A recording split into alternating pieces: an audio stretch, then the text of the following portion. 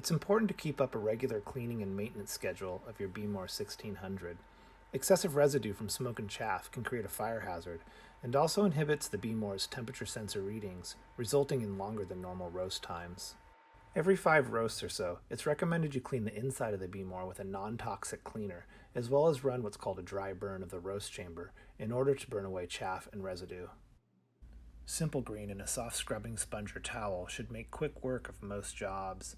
Any stubborn oils left behind can be treated with Urinex roaster sprays or a number of other roaster-related cleaners.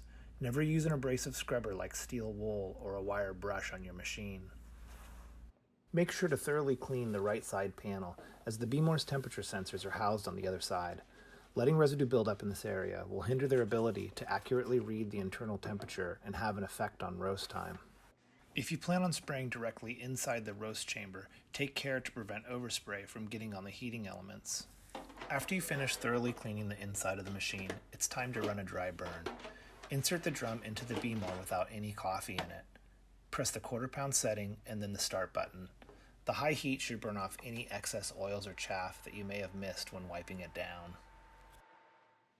Every few months you should perform a deep clean of the impeller fan, DC fan, and housing inside the roaster.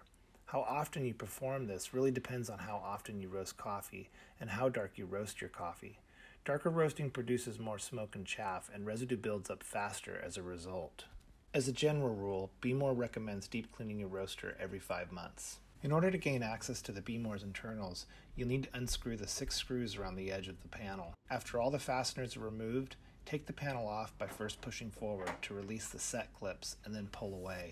Be careful not to bend the tabs on the side panel so that you can easily slide them back into the tab holders when reassembling.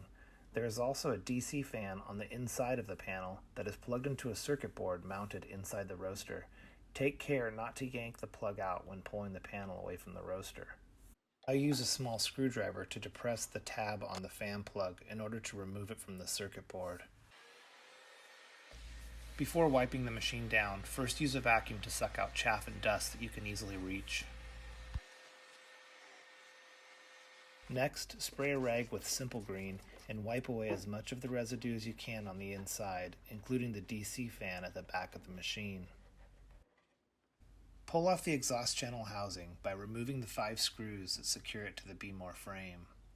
The sheet metal screws can be difficult to back out, and you may need to coax them with a shim of some sort.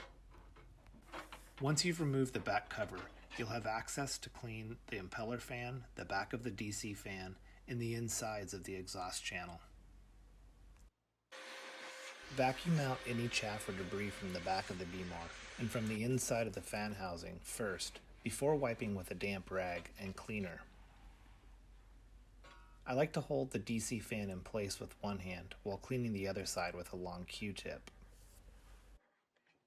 Before reassembling, it's a good idea to make sure the impeller fan works properly by engaging the Behmor's cooling cycle. Now it's time for reassembly, starting with the exhaust channel housing.